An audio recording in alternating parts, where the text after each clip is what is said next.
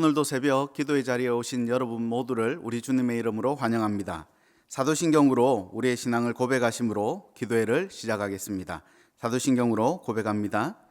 전능하사 천지를 만드신 하나님 아버지를 내가 믿사오며 그 외아들 우리 주 예수 그리스도를 믿사오니 이는 성령으로 잉태하사 동정녀 마리아에게 나시고 본디오 빌라도에게 고난을 받으사 십자가에 못 박혀 죽으시고 장사한 지 사흘 만에 죽은 자 가운데서 다시 살아나시며 하늘에 오르사 전능하신 하나님 우편에 앉아 계시다가 저리로서 산 자와 죽은 자를 심판하러 오시리라.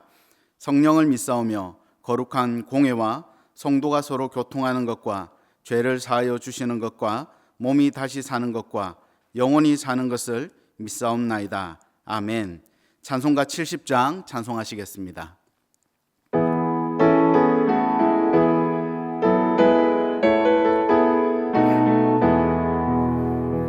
피난처 있으니 환난을 당한 자 이리 오라. 땅들이 변하고 물결이 일어나 산 위에 넘치되 두렵지 않네. 이방이 떠들고 나라들 모여서 진동하나 우리 주 목소리 한 번만 바라면 천하의 모든 것 망하겠네. 만유주 하나님 우리를 도우니 피난처요. 세상의 난리를 그치게 하시니 세상의 창검이 쓸데없네. 높으신 하나님 우리를 구하니 할렐루야. 괴로움이 심하고 환난이 극하나 피난처 되시는 주 하나님. 아멘. 오늘 함께 은혜를 나눌 하나님 말씀은 잠언 14장 1절에서 19절까지 말씀입니다. 제가 봉독하도록 하겠습니다. 지혜로운 여인은 자기 집을 세우되 미련한 여인은 자기 손으로 그것을 허느니라. 정직하게 행하는 자는 여호와를 경외하여도 패역하게 행하는 자는 여호와를 경멸하느니라. 미련한 자는 교만하여 입으로 매를 자청하고 지혜로운 자의 입술은 자기를 보전하느니라. 소가 없으면 구유는 깨끗하려니와 소의 힘으로 얻는 것이 많으니라. 신실한 증인은 거짓말을 아니하여도 거짓 증인은 거짓말을 뱉느니라. 거만한 자는 지혜를 구하여도 얻지 못하거니와 명철한 자는 지식 얻기가 쉬우니라. 너는 미련한 자의 앞을 떠나라. 그 입술에 지식 있음을 보지 못함이니라. 슬기로운 자의 지혜는 자기의 길을 아는 것이라도 미련한 자의 어리석음은 속이는 것이니라. 미련한 자는 죄를 심상히 여겨도 정직한 자 중에는 은혜가 있느니라. 마음의 고통은 자기가 알고 마음의 즐거움은 타인이 참여하지 못하느니라. 악한 자의 집은 망하겠고 정직한 자의 장막은 흥하리라. 어떤 길은 사람이 보기에 바르나 필경은 사망의 길이니라.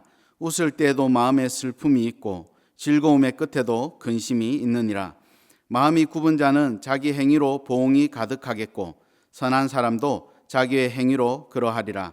어리석은 자는 온갖 말을 믿으나 슬기로운 자는 자기의 행동을 삼가느니라. 지혜로운 자는 두려워하여 악을 떠나나 어리석은 자는 방자하여 스스로 믿느니라. 노하기를 속히 하는 자는 어리석은 일을 행하고 악한 계교를 꾀하는 자는 미움을 받느니라. 어리석은 자는 어리석음으로 기업을 삼아도 슬기로운 자는 지식으로 면류관을 삼느니라. 악인은 선인 앞에 엎드리고 불의한 자는 의인의 문에 엎드리느니라. 아멘. 오래전에 제가 읽었던 한 논문 비슷한 보고서가 있는데요. 거기에 보니까 이런 글이 있더라고요. 비만에 관해서 이렇게 적어 놓았는데 비만이 단순히 육체적인 질병이 아니다라고 그렇게 적어 놓은 글을 보았습니다. 그 글에서는 비만이 정신적인 문제일 수도 있고 나아가서는 영적인 문제일 수도 있다라고 이렇게 기록했는데요. 그 책의 내용을 이렇게 살펴보다 보니까 어느 정도 동의가 되었습니다. 사람들이 허기가 지는 것이 그냥 스토막, 위의 허전함 때문이 아니라 영혼의 허전함 때문일 수도 있다. 그것이 정신적인 문제다. 이렇게 기록을 해놓았습니다. 저는 그거를 보면서 마태복음 12장 43절 이하의 내용들이 많이 생각이 났습니다. 그 마태복음 12장에서 이렇게 다루고 있지요. 어떤 귀신이 한 사람의 영혼에 머물고 있다가 떠나가게 되지요. 떠나가서 여러 곳을 돌아다니다가 이 귀신이 다시 그 사람에게 돌아옵니다. 돌아와서 봤더니 깨끗이 청소되었고 수리되어 있는 것을 보고 자기보다 악한 귀신들을 데리고 들어가서 그 사람 영혼 안에서 살고 있게 되었다. 이렇게 이야기를 나눕니다. 사람의 영혼은 무엇으로든 채워져야 된다는 거죠. 우리 영혼은 무엇으로든 채워야만 우리가 만족할 수 있다는 이야기들을 하고 있습니다. 성경은 우리에게 뭐라고 얘기합니까? 당신의 백성들, 하나님의 백성들은 무엇으로 채워져 있는 거죠? 찬송가에 보면 성신이라고 이런 표현이 있는데 저는 그 표현을 참 좋아합니다. 거룩한 신이죠. 우리 영혼 안에는 이 거룩한 신, 하나님으로, 성령 하나님으로 가득 채워져 있습니다.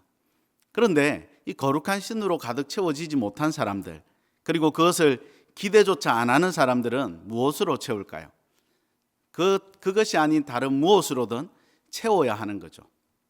어떤 사람은 돈으로, 어떤 사람은 남자와 여자로, 학벌과 성취욕으로, 그리고 방금 전에 소개시켜드린 식욕으로 온통 그것으로 영혼을 채우려고 애쓰고 노력하는 것이 인생인 것이죠. 사람들은 무엇으로 채울지 결심합니다. 결정하게 되죠. 그것을 결정하는 순간 그것이 기준이 되어버립니다. 그것이 기준이 되었다는 것은 주도권을 넘겼다는 것입니다. 그 기준을 따라 모든 주도권이 행사되는 것이죠. 어떻게 할 것인지, 누구에게 물을 것인지, 이것을 어떻게 결정할 것인지에 대한 모든 주도권을 그 기준에게 이양하게 되는 것입니다. 오늘 본문 12절에 이렇게 얘기합니다. 어떤 길은 사람이 보기에 바르나 필경은 사망의 길이니라. 어떤 길은 사람들이 보기엔 바르대요. 이 무슨 뜻입니까? 누가 기준이라는 거죠? 사람이 기준이라는 겁니다. 사람이 기준이 되어서 보니까 괜찮다는 겁니다. 한번 걸어가 볼만 하고 결정해 봄직하다는 것이죠. 그런데 그런 결정들을 하게 되면 오늘 본문은 뭐라고 그러죠? 반드시 그 길은 사망의 길이다라고 우리에게 소개하고 있습니다. 그러면 사망의 길을 피할 방법이 있겠습니까? 사망의 길을 피할 두 가지 방법을 오늘 좀 제시하고자 합니다. 첫 번째는 내 삶의 주도권이 누구에게 있는지 수시로 확인하셔야 합니다. 여러분의 삶의 주도권을 누가 가지고 있습니까? 여러분 자신입니까? 아니면 우리가 믿고 있는 하나님입니까? 이것에 대해서 아주 세밀하게 살펴볼 필요가 있습니다. 여러분 중요한 삶의 결정에 있어서 누구와 의논하십니까? 그리고 의논하는 그 대상이 가지고 있는 기준을 나의 기준으로 삼고 그렇게 삶을 결정해 내십니까? 여러분의 이직, 결혼, 그리고 재정과 관련된 모든 부분을 말입니다. 여러분 하나님과 오늘 의논하시려고 이 자리에 나오셨지요? 잘하셨습니다. 하나님과 이 부분을 상세하게 의논하시기 바랍니다. 그리고 하나님께서 우리에게 주신 말씀의 기준을 가지고 그것들을 결정해 내시기 바랍니다. 오늘 본문은 그때의 사망의 길을 피할 수 있다라고 우리에게 경고하고 있습니다. 그러면 결정의 기준들이 있을까요? 저는 한 세 가지로 제가 주로 결정할 때는 이 세 가지로 기준을 삼는데요. 첫 번째는 하나님께 영광이 되느냐는 겁니다. 하나님께 영광이 되는 일인가? 그렇다면 해보자, 이렇게 결심을 할 때가 많습니다. 두 번째로는 이웃들, 그리고 특히 공동체 식구들에게 영적으로 육적으로 유익하냐, 이런 질문을 많이 합니다. 공동체 식구들, 내가 섬기는 지체들에게, 그리고 이웃들에게 영적인 육적인 유익이 있다고 판단되면 하려고 노력합니다. 그리고 마지막에 하나는 제가 영적으로 성장할 수 있는 기회가 되느냐. 육적인 거는 뺐습니다, 일부러. 그것을 이제 유념해 두면 결정이 다른 곳으로 가는 경우가 많더라고요. 그래서 영적인 성장이 있냐, 나에게 개인적으로. 그렇다면 제가 그 일들을 결정할 때가 많습니다. 어떻게 하면 사망의 길을 피할 수 있는가? 두 번째 방법은요, 은혜가 내 삶을 결정하게 하면 됩니다. 은혜가 내 삶을 결정할 수 있도록 제가 그 자리를 계속 만들어주면 된다는 것이죠. 성도임에도 불구하고 우리가 실수할 때가 참 많습니다. 저도 마찬가지고요. 우리 모두가 어떤 실수들을 하냐면, 어떤 중요한 영적인 결정임에도 불구하고, 그리고 내 삶의 일상의 결정 가운데서 분명히 이것이 영적인 영향까지도 많이 발휘하는 것을 알면서도 우리가 그 일들을 결정할 때에 그 시기를 잘못 선택하는 경우가 너무 많습니다. 어떤 성도님들이 저에게 전화를 하고 문의를 하고, 또 이전부터 사귀던 지체들이 어떤 문제들을 가지고 좀 논의를 하려고 전화를 하면, 이분들이 대부분 무엇인가를 결정하는 순간은 우울할 때입니다. 어떤 일들로 자기의 심적인 타격이 생겼을 때, 그 우울함들이 자신을 견디지 못하게 할 때, 그때 무엇인가를 결정하려고 시도하는 경우가 너무 많은 것을 자주 봅니다. 여러분은 어떻습니까? 그렇게 내가 우울할 때, 무엇인가가 나를 계속 압박하고 있을 때, 내 상태가 좋지 못할 때 그것들을 결정하려는 경향이 매우 높습니다. 그리고 두 번째는 조급할 때 결정합니다. 뭔가 일이 닥치고 있고 뭔가 빨리 결정해내야 되는, 뭔가 조급해졌을 때 내 삶의 중요한 부분을 결정하려는 경향이 많습니다. 이 두 가지는 경계하셔야 됩니다. 이 두 가지를 여러분 온전히 연습하지 못할 때에 우리의 삶이 늘 큰 당혹스러움에 빠질 때가 많습니다. 여러분, 마음이 너무 힘들면 기도하기도 힘들지요. 무엇을 가지고 기도해야 될지도 생각이 안 납니다. 하나님 앞에 나오는 것조차도 힘들 때가 있습니다. 이때 믿음의 동력자들과 함께 마음을 나눌 것을 권면해 드립니다. 정말 나를 위해서 기도해 주고 나와 함께 기도할 수 있는 분들과 교제하고 마음을 나눌 때 하나님께서 역사하실 경우가 많습니다. 그리고 여러분이 무엇인가 결정할 때는 반드시 이것을 기억하십시오. 하나님의 은혜의 자리를 경험한 이후에 결정하셔야 합니다. 내가 하나님께로부터 은혜를 받은 이후에 중요한 일일수록 더합니다. 하나님의 은혜를 경험한 이후에 결정하셔야 됩니다. 그 결정은 하나님께서 도우십니다. 그래서 은혜가 내 삶을 결정해낼 수 있도록 계속 자리를 양보하셔야 됩니다. 내가 그것들을 결정하려고 애쓰면 안 됩니다. 내일 무엇인가 중요한 결정들이 있습니까? 염려가 되지요. 고민이 안 되는 인생이 있겠습니까? 염려가 되지요. 그럴 때일수록 마음을 다잡아야 합니다. 어떻게 마음을 잡아야 합니까? 내일 새벽기도 끝나고 내가 결정하겠다. 내일 내가 하나님 앞에 나아가 보고 그리고 결정하겠다. 내가 내일 수요예배 드려보고, 내가 금요기도에 한번 드려보고, 적어도 내가 오늘 다락방 식구들 한 만나서 내 기도 제목 좀 요청해보고, 그리고 내가 결정하겠다. 그렇게 하나님께 나아가야 합니다. 아까도 말씀드렸듯이 우리에게 영적 동력자들을 붙여주신 것을 늘 기억하셔야 합니다. 혼자 살아가는 인생 얼마나 힘듭니까? 하나님께서 귀한 동력자들을, 다락방 식구들을 우리에게 붙여주셨습니다. 가장 미련한 사람이 어떤 사람인지 아십니까? 나도 기도하지 않고 동력자들에게 기도도 요청하지 않는 사람입니다. 무슨 뜻입니까? 내 힘으로 한번 살아보겠다는 겁니다. 지혜로운 사람은 어떻게 하지요? 나도 기도하고 동력자들에게도 기도 요청을 합니다. 기도하기 너무 힘든 상황일 때 어떻게 합니까? 내가 기도 못하니까 동역자들에게라도 기도해 달라고 요청합니다. 그 삶의 태도가 무엇입니까? 하나님의 도우심을 구하는 것이지요. 하나님의 도움을 구하는 자들마다 하나님이 어떻게 하신다고 약속하셨죠? 도와주신다고 약속하셨습니다. 우리가 할 수 있는 모든 영적인 방법을 동원해서 하나님의 도우심을 구해야 합니다. 오늘 여러분 새벽기도 자리에 오셨습니다. 하나님의 도움을 구하러 왔습니다. 여러분의 기도의 최종 목표는 무엇입니까? 내 욕망을 이루는 것입니까? 아니면 하나님의 뜻을 분별해서 아는 것입니까? 우리의 기도의 최종적인 목표는 아주 명확합니다. 하나님이 나에게 주시는 그 길이 가장 유익하고 좋은 생명의 길임을 믿기 때문이죠. 그래서 우리의 기도의 최종 목적은 늘 하나님의 뜻을 구하는 것입니다. 나를 사랑하셔서 독생자 예수를 주신 그분, 지금도 나를 사랑하시는 좋은 아버지 되시는 하나님, 그분께서 나에게 여전히 좋은 것 주실 줄 믿고 그분에게 아버지의 뜻이 무엇이냐고 여쭈어 보는 것이죠. 그때마다 아버지께서는 우리에게 가장 좋은 길을 인도하실 것입니다. 그래서 하나님의 온전하신 뜻을 구별하여 알게 되는 것, 이것이 우리 기도의 최종 목표가 되어야 합니다.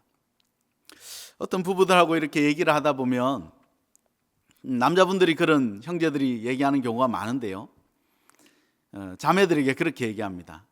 꼭 말을 해야 알아, 이런 얘기를 하십니다. 그때마다 저는 아주 단호하게 말씀해 드립니다. 말씀을 해야 한다고. 아니 우리가 텔레파시로 삽니까? 10년, 20년, 30년을 같이 사는 부부도 말 안 하면 모릅니다. 말을 해야 합니다. 여러분 혹 이런 분도 있으십니다. 꼭 기도해야 도우시나 아닙니다. 주로 기도해야 도우십니다. 하나님은 기도해야 응답을 하십니다. 하나님이 일하심을 당신의 자녀들에게 보여주고 싶으시기 때문에, 그래야 더 친밀한 교제가 되기 때문에 여러분 기도해야 응답하십니다. 목사님 기도 안 해도 응답하실 때가 있지요. 있습니다. 언제 그러시는지 아십니까? 내 바로 뒤가 천길 낭떠러지일 때는 도우십니다. 한 발자국만 잘못 움직이면 내 사랑하는 자녀가 죽기 때문에 그때는 하나님께서 비인격적이라도 개입하십니다. 잡아내십니다. 안 죽게 하십니다. 그러나 대부분은 기도해야 응답받습니다. 그래야 이 응답이 하나님께로부터 왔고 내 아버지가 나에게 좋은 것 주는 줄 알기 때문입니다. 말을 해야 알지요. 기도해야 압니다. 기도해야 응답이 옵니다. 이 기도에는 저는 한 2가지 정도 방법이 있다고 생각합니다. 첫째는 친구들하고 만날 때 가볍게 대화하시죠. 지나가다 만나면 야 반가워 그러고 얘기합니다. 길거리에 서서 얘기하기도 하고 뒷골목에 서서 얘기하기도 하고, 그리고 전화로 가볍게 안부를 묻기도 합니다. 운동하면서도 친구랑 얘기를 하기도 하고요. 그러지요. 저는 이런 가벼운 기도가 있다고 생각합니다. 가볍다는 것이 잘못됐다는 게 아닙니다. 우리 하나님과 대화할 때 가볍게 할 수 있습니다. 설거지 하다가도 할 수 있고 운전하다가도 할 수 있습니다. 얼마든지 이런 대화를 하나님과 할 수 있지요. 저는 이렇게 가볍게 기도하는 건 참 중요하다고 생각합니다. 걷다가도 기도하고 혼자 개인적인 일을 보다가도 기도하는 거지요. 그리고 순간순간 하나님께 도움을 구하는 겁니다. 아버지 어떻게 해야 됩니까? 또 때로는 힘들면 힘들다고 하시면 되지요. 하나님 힘듭니다. 좀 도와주십시오. 근데 여러분 친구랑 만나도 중요한 일은 어떻게 하지요? 야, 너한테 좀 중요한 말 할 게 있는데 너 내일 좀 시간 좀 내줘. 내가 밥 살게. 야, 너 내일 카페에 좀 몇 시에 올 수 있겠어? 내가 너한테 좀 할 중요한 얘기가 있는데, 좀 의논할 게 있는데, 그렇게들 이야기하시지 않습니까? 저는 하나님과도 비슷하다고 생각합니다. 하나님께 중요한 이야기를 할 때는 시간을 내야 되고 장소를 낼 필요가 있습니다. 그래서 내가 정한 장소에서, 그리고 내가 정한 시간에 하나님과 의논하는 그 특별한 장소와 시간이 저는 매우 중요한 시간이라고 생각합니다. 그래서 가볍게 대화할 때도 있고, 그리고 중요한 이야기들을 시간과 장소를 정해서 기도할 때도 있죠. 그래서 교회가 정해놓은 공예배 시간이나 기도 시간은 아주 유익한 시간이 아닐까, 그런 생각을 해봅니다. 이것과 예외로 저는 또 하나의 기도가 더 중요하다 생각하는데, 그것은 좀 뻔뻔한 기도입니다. 제가 자녀를 기르신 분들이 많을 텐데 아이들 이제 유치원 때나 초등학교 저학년 때 부모님들이 뭘 맛있는 걸 사주지 않습니까? 꼭 부모님 것도 사면 좋은데 저도 이 사보니까 아이들이 먹고 싶다 그러니까 먼저 아이들 걸 사주지요. 그러다 길을 좀 걸어가다 보면 꼭 먹고 싶어서라기보다는 꼭 한 입씩 좀 다오, 한 입만 다오 이런 얘기를 할 때가 있습니다. 아이 그 하나 사는 거 별거 아닌데 또 자녀가 먹으니까 또 먹고 싶어지는지 또 달라 그러지요. 그때마다 아이들이 하는 얘기가 있습니다. 잘 아시지요? 내 거야 이렇게 얘기합니다. 내 거라는 거지요. 여러분 냉정하게 생각하면 그게 어째 지 겁니까? 그렇지 않습니까? 지가 돈을 벌어서 샀습니까? 어떻게 지 겁니까? 지 지갑에서 나왔습니까? 아니지요. 부모님이 열심히 일해서 번 돈으로 자비와 긍휼한 마음으로 자녀에게 사주는 거지요. 부모님 거지요. 그러다가 이제 어떻게 한 입을 먹습니다. 먹으면 많이 먹었다고 울고불고 난리가 납니다. 참 옛날 어르신들 말로 더럽고 앵꼬어서 이거 뺏어 먹지도 못합니다. 부모님도 너무 심하면 조금 야단을 치기도 하지요. 그런데 그 다음 날 되면 또 자녀가 사달라 그럽니다. 근데 더 신기한 거는 또 사줍니다. 왜요? 내 자식이라서 그렇죠. 내가 그 자녀의 부모라서 그렇습니다. 이미 결혼한 자녀들이 이제 시집을 가서는 이제 친정에 한 번씩 놀러 옵니다. 그럼 부모님이 아이고 왔냐고 김치를 좀 가져가라 주지요. 그 딸이 김치를 맛봅니다. 출가한 딸이. 그리고 아유 어머니 엄마 감사해요. 너무너무 맛있어요. 이런 말을 하는 자녀도 있겠지만 어떤 자녀들은 뭐라 그럽니까? 아유 맛이 왜 이래? 이러기도 합니다. 아니 공짜로 주는 건데 맛이 있고 그걸 따질 데가 어딥니까? 빨리 가져가서 맛있게 먹으면 되지요. 우리 자식 아닐 것 같으면 요즘 아이들 말로 아주 네 가지가 없는 아이들입니다. 그렇지 않습니까? 근데 그렇게 말하면 부모가 뭐라 그러죠? 아이고 김치가 맛이 없어? 내가 좀 다른 김치 꺼내올까 하고 또 무거운 김치통을 끙끙하고 들고 오십니다. 부모지요. 여러분 기억하십시오. 우리 하나님은 이 세상의 어떤 부모보다도 좋은 아버지십니다. 그래서 좀 뻔뻔하게 기도하셔도 됩니다. 아유 좀 맛이 없다느니 내 거야 그러셔도 됩니다. 하나님이 그때마다 사랑하는 자녀들에게 뭘 주시죠? 가장 좋은 걸 주십니다. 안 주시면 안 주시는 게 제일 좋은 겁니다. 왜냐하면 내 아버지가 가장 좋은 아버지이기 때문입니다. 그래서 가장 좋은 것으로 우리에게 갚아주십니다. 하나님은 당신의 자녀들의 수다를 기뻐하십니다. 여러분 뻔뻔하게 기도하셔도 됩니다. 기도는 안 하는 게 문제지 하는 건 전혀 문제가 아닙니다. 하나님은 당신의 자녀들이 미주알 고주알 얘기하는 거 기뻐하십니다. 여러분도 부모가 돼보셔서 알지 않습니까? 하나님이 얼마나 그것을 기뻐하시는지 모릅니다. 하나님은 우리에게 좋은 것 주시고 싶어 하시고 생명을 주시고 싶어 하십니다. 무엇을 통해서요? 기도를 통해서 말입니다. 오늘 여러분의 기도가 여러분의 삶의 주도권을 하나님께 이양시켜드리고 하나님으로부터 여러분의 삶의 기준을 받아 사망의 길이 아닌 생명의 길로 오늘도 걸어가시는 여러분 모두가 되시기를 주님의 이름으로 축원해 드립니다. 다 같이 기도하시겠습니다. 하나님 아버지 감사합니다. 오늘도 우리가 여전히 내 아버지를 기억하여 기도의 자리에 나오게 하시니 감사합니다. 우리의 삶의 주도권을 우리 하나님께 이양해 드립니다.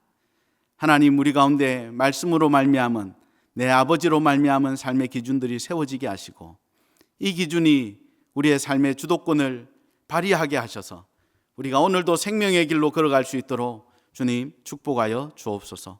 예수 그리스도 이름으로 기도드렸습니다. 아멘. 말씀을 기억하시면서 두 가지 기도 제목으로 함께 기도하시겠습니다. 첫 번째 기도 제목입니다. 내 삶의 주도권을 하나님께 온전히 드리게 하소서. 내 삶의 주도권뿐 아니라 내 남편과 아내, 자녀들의 주도권을 하나님께 드릴 수 있도록 하시고 주님의 기뻐하시고 온전하신 뜻을 발견함으로 사망의 길은 피하고 풍성한 생명의 길을 걷는 인생 되게 하소서. 두 번째 기도 제목입니다. 기도의 지경이 넓어지게 하소서. 우리에게 최고의 것을 주시는 하나님의 뜻을 발견함으로 우리의 기도가 조금씩 예수님을 닮게 하시고 우리 가정뿐 아니라 동력자와 이웃을 살리는 기도자, 교회와 민족을 섬기는 기도자가 되게 하소서. 다 같이 두 가지 기도 제목으로 함께 기도하시고 개인 기도로 하나님께 나아가시겠습니다. 기도하시겠습니다.